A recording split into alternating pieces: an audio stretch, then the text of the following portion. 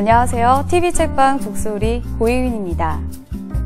서울은 시대마다 그 이름이 조금씩 달랐지만 조선에 도읍이 된 이래로 600년이 넘는 시간 동안 우리나라의 정치, 경제, 또 문화의 중심지 역할을 맡아왔습니다. TBS 교통방송은 그동안 서울이 이러한 역할을 할 수 있도록 많은 노력을 해왔는데요. TBS 교통방송이 창사 24주년을 맞이했습니다. 그래서 오늘은 특별하게 서울에 관한 이야기를 나눠보려고 하는데요. 서울은 깊다의 전우용 저자와 함께 600년 도읍 서울이 만들어낸 이야기들 나눠보겠습니다. 먼저 시민들의 서울에 대한 이야기 화면을 통해서 함께 만나보시죠.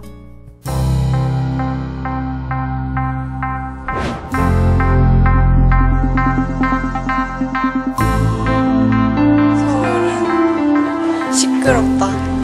복잡하다. 딱딱하다. 서울은 역사와 문화의 중심지이다. 랜드마크다. 편리한 곳? 제 생각에는 온갖 촌 사람들이 다 모이는 데가 서울 같아요.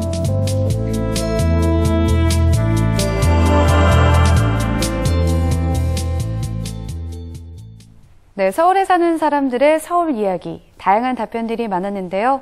오늘 이 시간 통해서 서울에 대해서 다시 한번 생각해 볼 수 있는 시간 되었으면 좋겠습니다. 오늘도 함께 해주실 김성신 평론가 나오셨고요. 네, 안녕하세요. 네, 그리고 오늘 대담의 주인공이시죠. 서울은 깊다의 전우용 저자 모셨습니다. 네, 안녕하세요. 네, 저희 TBS 교통방송이 창사 24주년을 맞았습니다. TBS 교통방송은 서울과 수도권을 대표하는 공익방송으로서 항상 서울과 함께해왔는데요.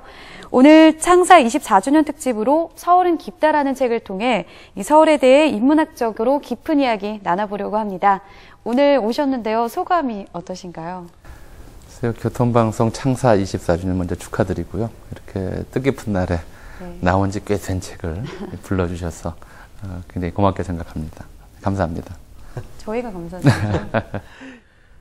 사실 이 서울은 깊다라는 책이 2008년도에 출간이 됐어요. 근데 그때가 아주 생생하게 기억에 나는데요. 네. 그때 많은 그 책 전문가들이 입문서가 이렇게 쉽고 재미있을 수 있구나, 아주 좋은 어떤 하나의 모범 사례가 됐다, 이런 생각도 했었고요. 또 독자들도 그만큼 반응을 했습니다. 그래서 실제로 2008년도에 그 문화관광부 선정 우수 교양도서이기도 했고, 또 출판인 회의 선정, 또 6월 이달의 책 이렇게 선정이 되기도 했고, 또 2008년 연말에 저를 비롯한 많은 출판 전문가들이 올해 최고의 책이다 이렇게 해서 여러 그 목록에서 등장을 하기도 했는데, 저자로서는 참 기분 좋으셨겠어요. 그 2008년도에 이 책 내고 그렇게까지 좋은 반응이 올 거라고 참 쓰시면서 생각을 하셨습니까?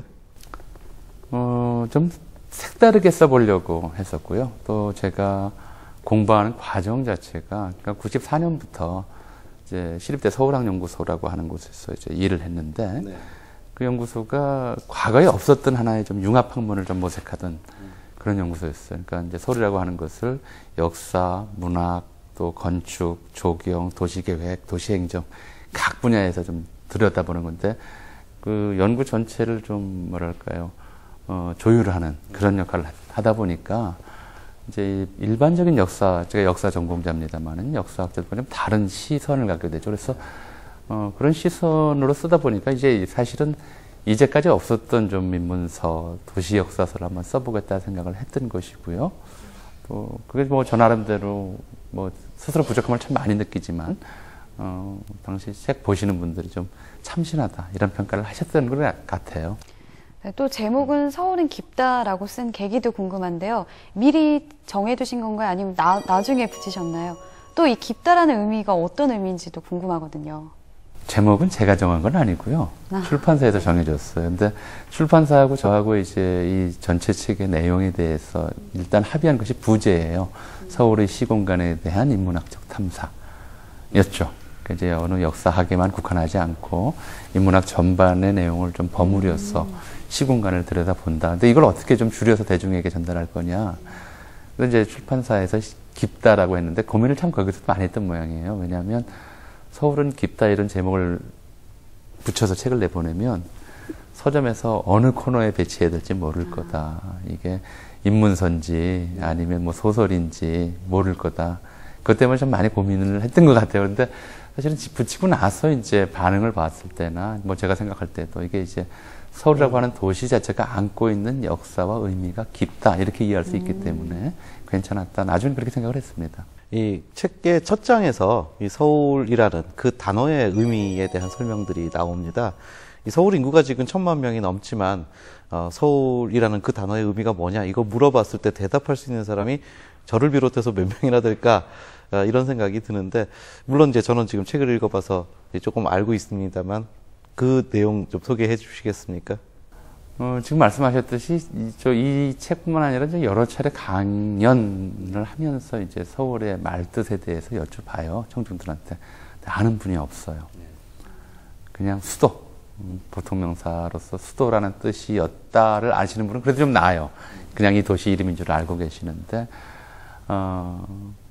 뭐 이제 이 단어에 대해서는 이미 이제 양주동 선생이 향가 연구를 하면서 단초를 열어 놓으셨어요. 네. 세벌 발기다 아래로부터 시작해서 설화벌, 셔벌 이렇게 왔다. 근데 그 말에 무슨 뜻이냐?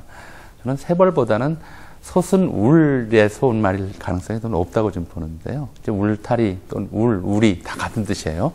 제가 좀 우리 그러지만 성벽이거든요. 집의 울타리는 담이고 도시의 울타리가 성이죠.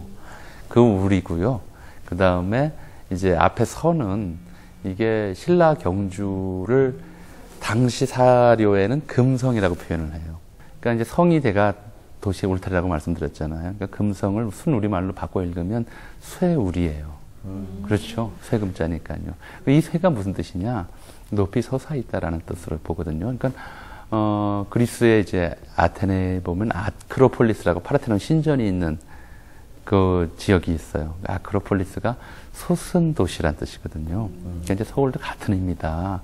그래서 삼국유사에 보면 환웅이 내려와서 처음 건설한 도시 이름이 신시라고 되어 있어요. 신의 도시란 뜻이죠.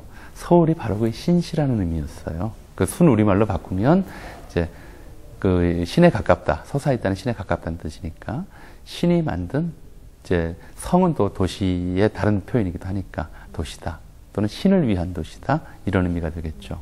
그래서 그렇게 써왔다고 보시면 될 것 같습니다.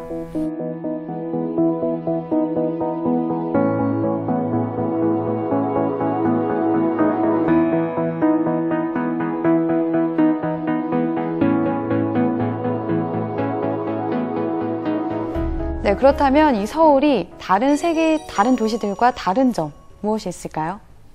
근데 이제 이 서울은 애초에 만들어지기는 이제 유교 국가의 왕도로 만들어졌지만 또 이게 대한제국 시기에는 동양적 제국의 황도로 개조되려는 움직임을 보였었고 그 뒤이어서 일제강점기에는 오히려 식민 통치를 정당화하기 위한 이민족 지배를 합리화하는 그런 구조물로 채워졌고 해방 이후에는 또 다른 이제 압축 성장, 자본주의 물질 성장, 이 성장의 증거로서 또 개조됐다는 거죠. 그래서 한 도시에 여러 지배 이념이 또 여러 개의 역사적인 켜가 이렇게 다채롭게 남아있는 도시는 세계적으로 드물다. 이제 이런 정도 점에서 보자면 서울이 갖는 특징, 이 어떻게 보면 일견 혼란스럽고 어지럽고 막 제멋대로인 것 같은 이거 자체가 서울이 가지고 있는 굉장히 중요한 특징이다. 이렇게 볼 수 있겠죠. 저는 개인적으로 그 어섭쇼라는 그 단어 설명하는 대목도 굉장히 책에서 눈에 띄고 기억에 남는데요. 좀 자세히 한번 좀 설명을 해 주십시오. 이 재밌는 대목을. 요즘은 이제 우리나라 사람들이 존댓말 아니면 반말밖에 없는 걸로 알고 있잖아요. 근데 이제 신문제 사회에서 우리에게는 언어가 보통 5 영역, 5 계급, 확정해서 7계급이 있었어요. 그러니까 보통 이제 동급인 사람한테 쓰는 걸 하오체라고 그래요. 하오, 이러오 저러오, 식사, 밥 먹고 이렇게 서울말로는 하오고였고요. 그 위에가 이제 하시오, 그 더 위에가, 그러니까 그걸 이제 상대라고 그러고요. 존대가 하십시오. 그 다음에 약간 낮은 사람이 하는 하대가 하게. 그리고 좀 상전이 종한테 하는 그런 비대가 해라. 맨 위에 이제 임금한테 쓰는 하시옵소서. 맨 밑에 이런 이제 복잡한 좀 존비법을 못 쓰는 아이들이 쓰는 단말이 있었던 거죠. 네. 이제 이런 식의 이제 복잡한 언어 체계, 상대에 따라서 나눈 언어 체계를 두고 살아왔는데, 아까 말씀하셨듯이 18세기, 19세기 이후에 이제 일반적으로 지적되는 것이, 이제 역사학에서 지적되는 것이 한국사에서 신분제의 이완. 그래서 이제 신분제가 해체돼서 뭐 신분 상승되는 사람이 있고 하강하는 사람이 있고 이런 거죠. 이런 와중에 이제 상대에게 어떤 말을 써야 될지 이제 헷갈리게 되는 거예요, 사람들이. 그래서 본래라면은 하십시오라고 써야 되는데 그러기엔 자존심이 상하고, 하시오라고 쓰자니 상대방이 기분 나빠할지 모르겠고, 혹시 높은 사람일지도 모르니까요. 이제 그럴 때 이제 얼버무림투의 존댓말이 이제 그걸 이제 1970년대에 나온 서울 600년사에서는 합쇼체라고 이렇게 정리를 해놨었어요. 그 합쇼체 또는 깝쇼체가 만들어졌다는 거예요. 18, 19세기 사이에. 그래서 어섭쇼, 그럴깝쇼, 이게 이제 아주 존댓말인지 상대어인지 모르게 얼버무리는 그런 말투가 만들어졌다는 건데, 그게 사람의 이제 신분 계층 이동 또 사회 변화에 대한 사람의 심리적 반응을 표현하는 거겠죠. 그게 언어로 표출이 되는 것이었을 거고요. 또 이 계층 구조가 변했다는 거는 신분 상승을 누구나 꿈꿀 수 있는 세상이 되었다는 것도 의미하는데, 그로 인해서 서울의 생활 양식도 많이 바뀌었죠. 신분 상승을 누구나 꿈꿀 수 있었다라고까지 이제 확대해서 좀 하기는 어려울 것 같아요. 다만 이제 그런 길이 좀 있었다는 것이고요. 그보다는 이제 한편에서는 그렇게 이제 서울 내에서 익명성이 확대됐지만 대신에 그 익명성에 대한 반발 이런 것들도 당연히 자리를 잡거든요. 근데 그게 뭘로 나타났냐면 외부인들, 시골 사람들에 대한 차별로 나타났던 거죠. 그러니까 한번 생각을 해보시면 조선 초에 조선 개국 직후의 서울의 주민들은 90% 이상이 외지인이었어요. 그렇죠? 세종대왕이 처음으로 서울에서 태어난 임금이죠. 그죠? 그 이전 임금들은 다 외지에서 태어났던 분들이에요. 임금만 그런 게 아니라 신하들도 다 외지에서 온 사람들이에요. 다 전라도, 경상도, 함경도, 강원도 이런 데서 온 사람들이 이제 서울의 양반 가문을 형성했던 거죠. 근데 이제 그렇게 하던 것이 이제 조선 후기에 들어와서 이제 무너지고 하니까 대신에 이제 서울 사람들이라고 하는 나름대로 아주 강고한 이제 폐쇄적 집단을 이루게 되고요. 그래서 촌뜨기라고 하는 사람들, 시골에서 올라온 사람들을 차별하고 그들을 받아들이지 않으려는 이런 문화가 이제 거꾸로 생기는 그런 반동적 측면도 있었던 거죠. 그래서 아마 이 시골 사람 차별하는 문화는 1960년대 초반까지 굉장히 오랫동안 지속됐던 것 같아요. 근데 그게 우리나라만의 문제인가요? 다른 나라에서도 볼 수 있는 문제인가요? 그것도 궁금하더라고요. 좀 어디나 그렇죠. 도시가 이제 외부인, 폐쇄적인 공간이었으니까 어디나. 그리고 이제 외부인을 받아들이는 과정에서 그런 반발 또는 이제 저항이 있게 마련인데, 우리 같은 경우는 좀 달랐던 것이 서울이라고 하는 도시는 애초에 저절로 형성된 도시가 아니라 계획적으로 만들어진 도시고 통치를 해서 만들어진 도시고, 이 도시가 전국에 걸쳐서 영향력을 계속 확보하기 위해서 또 나라 발전의 원동력이 되기 위해서 전국의 인재를 받아들이는 그런 역할을 했거든요. 근데 조선 후기에 이제 이게 끊겨버린 거예요. 지방민과 서울 사람들 사이에 관계가 단절이 된 것이고요. 그래서 서울 사람들의 자존심이 높아가는 반면에 지방민들의 서울 사람들에 대한 원한이 깊어간 거죠.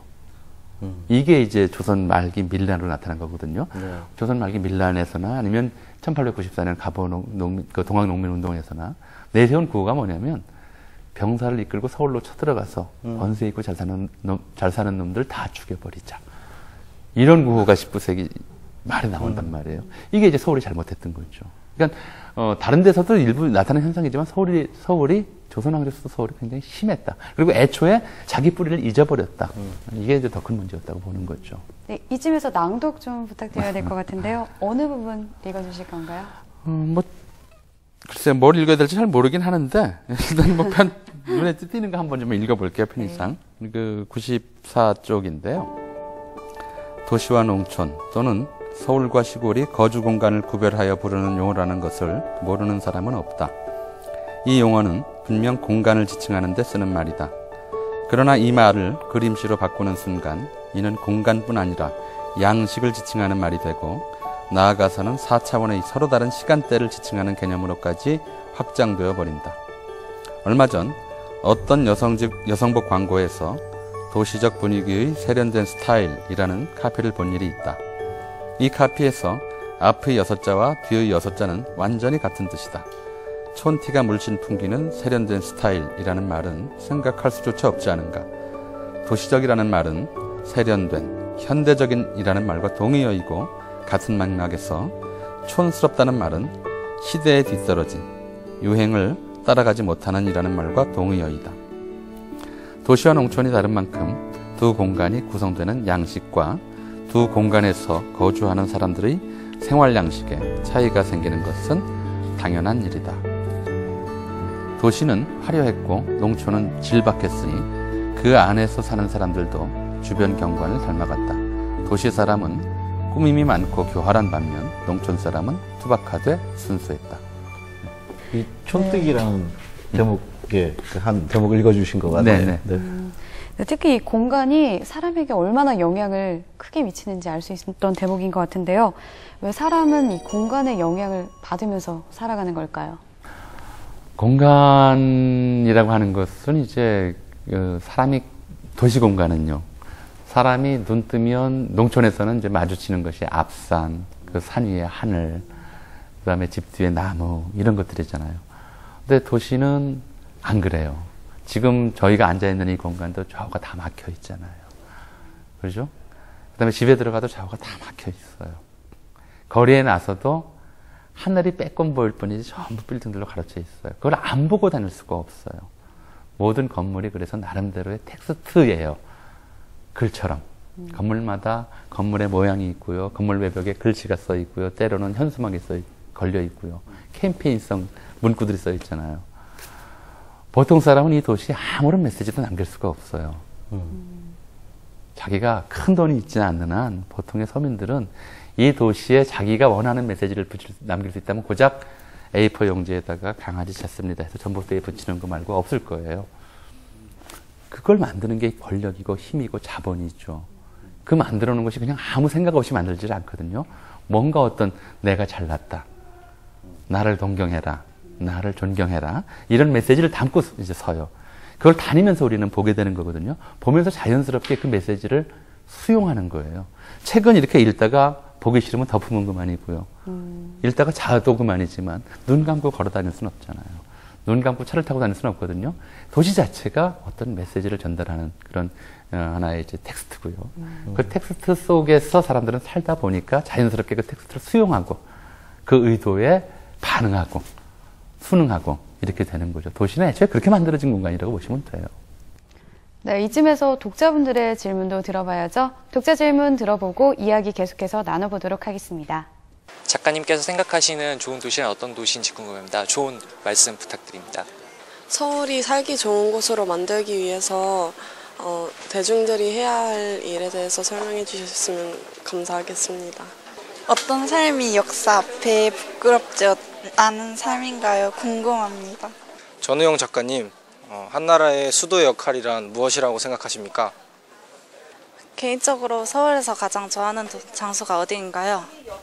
작가님께서는 풍수지리를 믿으십니까? 그리고 태조 이성계가 한양에 서울로 도읍을 정했는데 그것이 풍수지리 때문에 가능했는지 그것이 궁금합니다.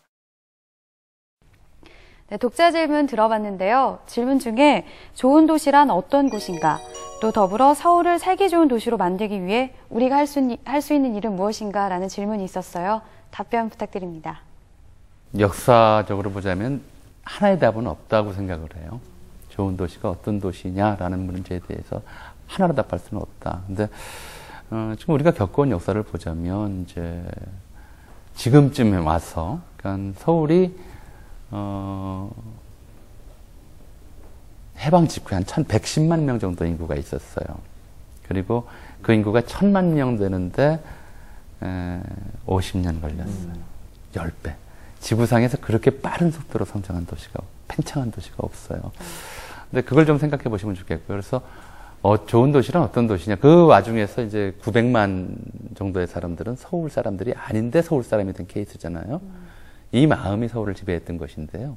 지금 시점에서 보자면 이제 90년부터 한 20년간 이제 서울 인구가 대략 이제 같은 수준을 유지하고 있기 때문에 보자면 지금 제가 말씀드리자면 고향으로 자식들에게 물려줄 수 있는 도시. 자식들이 고향으로 여길 수 있는 도시. 지금 그렇잖아요.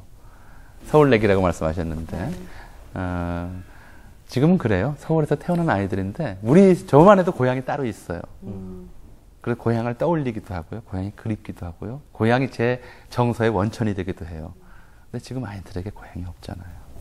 그렇죠. 네. 저도 사실 서울에서 태어났는데 제가 태어난 곳에 흔적이 그러니까 이름밖에 남아 있지 않거든요. 그러니까 사실 거기에 어떤 애정 같은 것을 가지고 맞아요. 여기가 나의 고향이야, 정릉은 이렇게 얘기하기가 참 힘들다. 네, 그래서 지금 시점에서는 이제 고향으로 물려줄 수 있는 도시, 고향 다움을 간직한 도시, 이 도시가 지금은 이제 우리에게 필요하고 좋은 도시가 아닐까 그렇게 생각을 해봅니다. 지금 이 말씀을 듣다 보니까 그런 생각도 듭니다. 우리가 지금 살고 있는 이곳을 정말 아름답고 살기 좋은 곳으로 우리가 만들어내지 못한다라면 정말 역사 속에서 좀 부끄럽게 되지 않을까, 뭐 이런 생각도 좀 들고요. 독자 질문에 그러니까 굉장한 질문입니다. 그러니까 과연 어떤 삶을 살아야 이 역사 앞에서 부끄럽지 않겠는가 이런 질문도 있었습니다. 여기에 대한 생각들 좀 전해주시죠. 인생 전체에 관한 질문일 텐데요. 오늘의 주제와 관련해서 조금 제 경험을 말씀드릴게요. 한 10여 년 전에 강변도로를 설계하신 원로학자님을 만났어요. 그분을 뵀는데 이제 80 다 되셨었는데 그분 말씀이 자기 평생에 가장 후회되는 것이 강변도로를 설계한 것이다. 이렇게 말씀하셨어요. 내가 죽어서 무슨 욕을 먹을지 지금 생각해도 두렵다. 말년에 그렇게 말씀하세요. 왜 그랬느냐. 그때는 강변도로 설계를 만드는 것이 서울의 교통 문제를 해결하고 시민들의 편익을 증진하는 일일 거라고 판단을 해서 했어요. 했는데 세월 지나고 보니까 이게 결국은 강과 산으로 둘러싸인 서울의 강과 사람들의 생활을 단절시키는 아주 끔찍한 일을 해버린 거다. 이게 지금 사람들은 저것의 문제를 덜 느끼겠지만 세월이 지날수록 저 강변도로가 이 도시를 얼마나 심각하게 망가뜨렸는지, 사람들이 강과 접할 수 있는 사람들 속에서 자연성을 얼마나 파괴했는지 뼈저리게 느낄 거다. 이렇게 말씀을 하셨던 거죠. 저는 그거라고 생각해요. 역사 앞에 부끄럽지 않은 삶을 단정할 수는 없어요. 다만 정말 우리가 절실히 필요한 것이라 할지라도 미래를 내다본다는 것은 어떤 부분에 대해서는 후손에게 판단권을 양보한다는 것이 돼요. 꼭 절실하지 않은 것이라면, 이것이 정말 우리 생활에서 꼭 필요하지 않은 것이라면 당장 돈이 된다 하더라도 유보할 수 있는 자세. 이래야 이제 사실 부끄럽지 않기는 어렵고요. 욕이라도 안 먹으면 다행인데 그분은 이제 욕 먹을까 걱정하시거든요. 지금 우리가 같이 가져야 될 마음도 그런 거일 것 같아요. 어떻게 해야 후손들에게 욕을 덜 먹고 그런 이제 삶을 살 것이냐, 이걸 고민해야 될 때가 아닌가 싶습니다. 네, 또 질문 중에 이런 게 있었어요. 박사님께서 또 서울에서 가장 좋아하는 장소가 어딘지, 또 이 서울은 어떤 장소로 대표될 수 있는지라고 묻는 분이 있으셨는데요. 답해 주세요. 제가 제일 좋아하는 곳은 저희 동네예요. 좋아하려고 노력하고 있고요. 제가 좋아할 수 있을 만큼 바꿨으면 좋겠다고 생각을 하고 있어요. 왜냐하면 제 아이들의 고향이 될 것이니까 뭔가 그곳에 추억을 쌓을 수 있으면 저는 그거라고 생각해요. 그러니까 어디 도시민들이 그렇고요. 또 지난 반세기 동안 한국인들이 다 그러겠지만 지금 내가 있는 것보다 더 좋은 것 항상 찾아다녔어요. 방랑자처럼 살아왔어요. 어디 가서 이사를 가면 여기 대략 많은 분들이 그렇게 생각해요. 여기서 한 5년만 살고 더 좋은 데로 가야지. 그러면 이제 이 사는 곳은 정이 안 남아요. 자기 마음이 안 담기고요. 그래서 무너져도 관계없어요. 이게 도시를 망가뜨려 왔어요. 그래서 가장 중요한 것은 자기가 발붙이고 있는 곳부터 자기가 정을 담을 수 있는 곳으로 바꿔나가고 만들어나가고 지켜나가는, 그게 중요할 것 같다. 그래서 서울을 대표할 만한 곳이 어디냐? 저는 모두가 살고 계신 그곳이라고 말씀드리는 게 가장 좋을 것 같아요. 우리가 이제 보통 시민 질문을 받지 않습니까? 근데 책이 정말 좋고 또 책이 흥미로울수록 질문들이 훨씬 섬세하고 구체적인 거, 그런 거 느끼죠. 네. 이번이 참 대표적으로 그런 케이스 같은데, 이 풍수지리 굉장히 좋아하는 분인가 봐요. 아니면 요즘에 정도전 열심히 보는 애청자인지는 모르겠는데, 태조 이성계가 가령 풍수지리에 의거해서 이제 한양의 도읍을 정했다라는데, 그게 과연 정말 이유냐, 이런 질문도 있었고, 또 풍수지리를 믿느냐, 이런 질문도 있었는데, 답을 좀 해주신다면요. 이건 이제 모든 면에서 그렇지만 이 풍수지리설도 이제 인문지리의 중세적 버전이다라고 생각을 해요.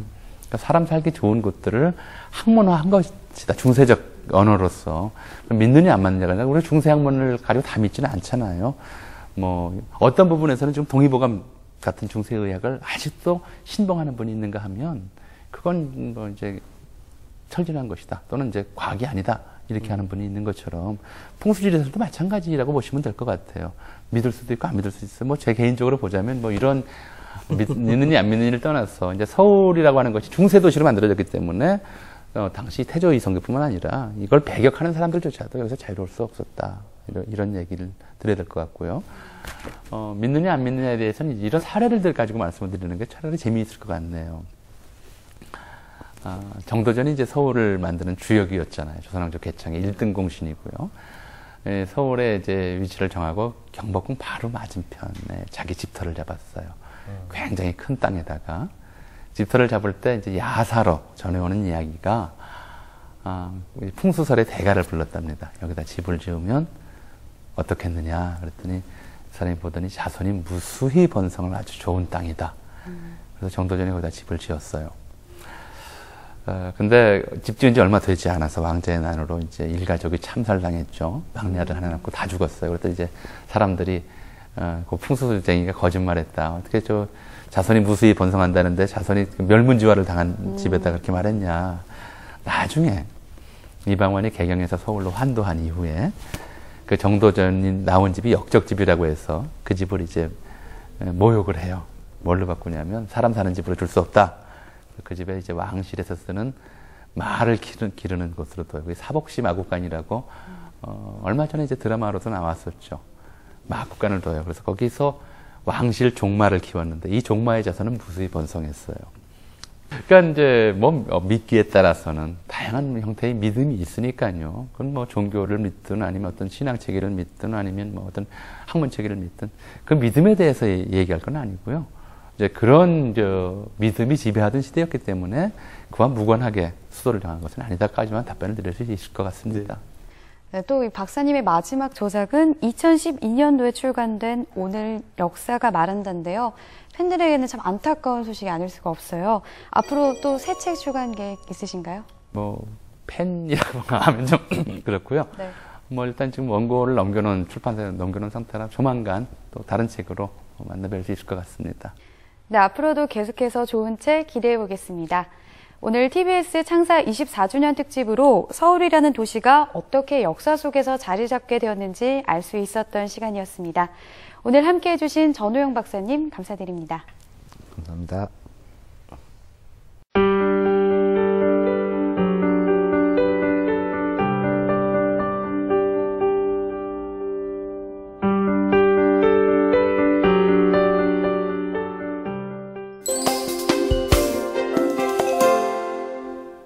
TBS 교통방송 창사 24주년을 축하드립니다. 서울시민과 함께 매일매일 즐겁고 행복한 나라를 만들어주셔서 고맙습니다.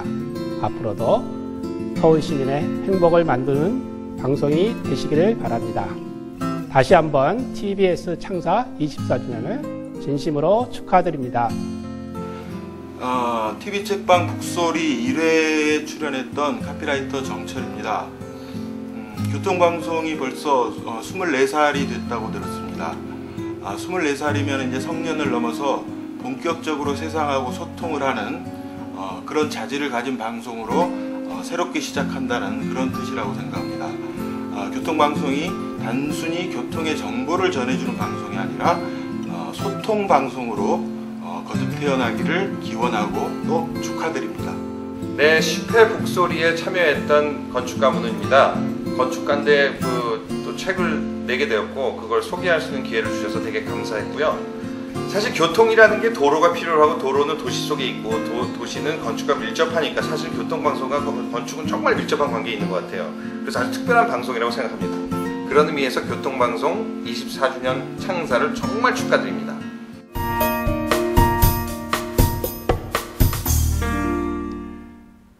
서울시 구석구석 다양한 도서관을 찾아가는 우리 동네 도서관 시간입니다. 저는 이용훈 서울도서관 관장입니다. 오늘은 서초구 반포대로에 있는 국립중앙도서관을 찾았습니다. 1945년에 해방과 함께 개관한 국립중앙도서관은 소공동에 위치하다가 남산을 거쳐 1988년 현재 위치로 이전했습니다. 네, 국립중앙도서관은 도서관법상의 국가 대표 도서관입니다. 우리나라에서 발행된 그리고 우리나라에 관한 모든 자료를 수집해서 보존하고 또 국민들의 이용에 제공하는 그런 역할을 담당하고 있습니다. 모든 출판사에서는 책을 출간하면 한 권씩 국립중앙도서관으로 보내야 하는데요. 이 납본 업무는 국립중앙도서관의 핵심적인 역할이죠. 건물에 들어서니 웹툰, 문화를 꽃피우다 전시가 보였습니다. 한국 웹툰 10년사를 정리해 100편 작품을 선정했다고 합니다. 관람객들이 직접 웹툰 작가가 되어볼 수 있는 체험실도 마련되어 있네요. 고 연령대의 이용자들이 주로 찾던 국립중앙도서관. 이번 웹툰 전시로 다양한 연령층이 찾아와 도서관에 활력을 불어넣습니다. 사람들이 빼곡한 이곳은 국립중앙도서관 인기강좌, 왕릉, 죽은 왕들의 궁전 강좌입니다. 사실은 자연 지형 때문에 그렇게를 못했습니다. 그래서 어떻게 가느냐, 지그재그로 갑니다. 조선 왕릉이 2009년도에 유네스코 세계유산으로 등재가 되었습니다. 그래서 아마 그것과 관련해서 올해 5주년인데 조선 왕릉이 또 어떤 가치가 있어서 세계유산으로 등재가 되었는지, 그 다음에 또 조선 왕릉 하는데 그것에 뭐 구체적으로 어떤 점들이 우리들한테 가치가 있는지 그런 것을 일반인들을 상대로 해서 하는 강의였습니다. 강연을 듣고 난 뒤에 국립중앙도서관 6층 고전 운영실에서 복습을 할 수 있습니다. 알고 보면 더 재미있겠죠. 평소에 그 왕릉에 대해서 관심은 있었지만 자세히 알지 못했는데 오늘 강의를 통해서 많은 걸 알게 됐고요. 또 이렇게 고문서 이 실에 와서 또 이렇게 의궤라든지 자세하게 또 설명을 통해서 알게 돼서 굉장히 보람있고 왕릉에 대해서 좀 더 잘 알게 돼서 너무나 기쁩니다. 예. 뿐만 아니라 일찍 신청한 사람들은 주말에 직접 답사팀에도 합류할 수 있다고 합니다. 왜 인기 있는 강좌인지 알 것 같습니다. 대한민국 책과 도서관의 중심 국립중앙도서관, 한국을 넘어 세계에서도 인정받는 도서관이 되길 바랍니다.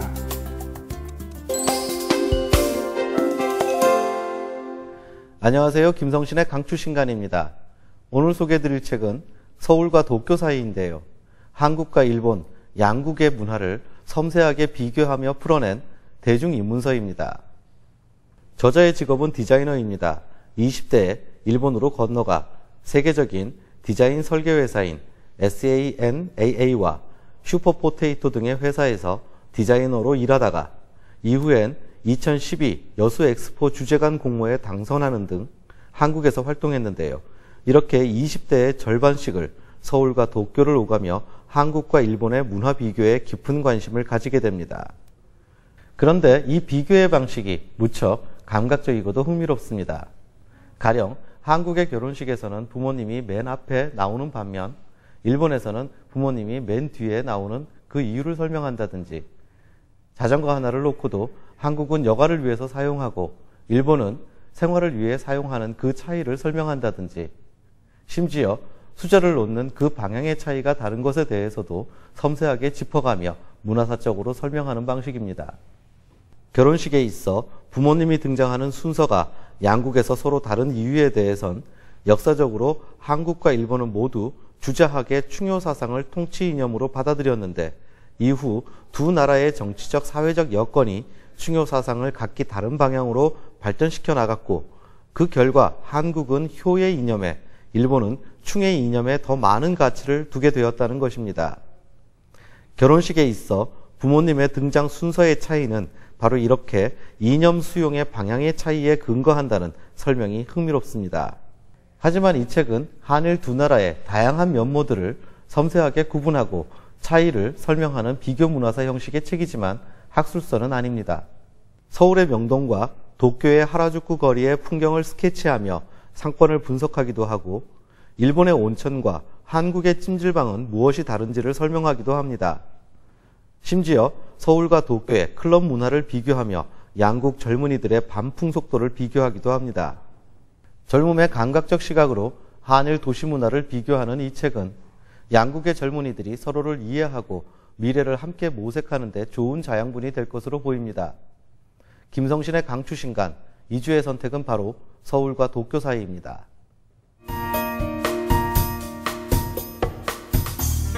안녕하세요. 김미경입니다. TBS 교통방송 창사 24주년을 축하드립니다. 저도 서울 시민이잖아요. 서울에 살면서 더 많은 정보도 얻고 더 많은 기쁨을 느끼고 싶은데요. 그걸 바로 우리 TBS에서 해주실 거라고 믿습니다. 축하드립니다. TBS 24주년 창사를 축하드립니다. 저는 그 TBS에서 진행하는 TV책방 북소리에 출연한 인연으로 오늘 초청을 받았습니다. 서울 시민의 문화적 품격을 높이는데 TBS가 많은 기여를 해주셨으면 좋겠습니다. 저는 어린 시절 유년에 굉장히 외롭게 자란 소년이었는데요. 제 유년의 외로움을 달래주었던 것은 칠하리 책이었던 것 같습니다. 예를 들면 TV 책방 북소리 같은 이런 프로그램들이 많이 생겨서 서울 시민들을 위해서 인문, 교양, 문화적인 프로그램들을 많이 만들어 주시고 그래서 서울 시민들의 정신이 훨씬 더 품격 있는 삶이 될 수 있도록 TBS가 노력해 주시면 고맙겠습니다. 축하드립니다. 얼마 전 북소리에 출연했던 알라딘 대표 조유식입니다. 창사 24주년 축하드립니다. TBS 교통방송이 막힌 곳을 뻥뻥 뚫어주던 시원한 교통방송에서 시민의 어려움을 뚫어주는 모든 시민의 방송으로 거듭나기를 기원합니다. 축하드립니다. TBS 교통방송 창사 24주년 창사 24주년 창사 24주년을 축하합니다. 화이팅! 화이팅! TBS 화이팅!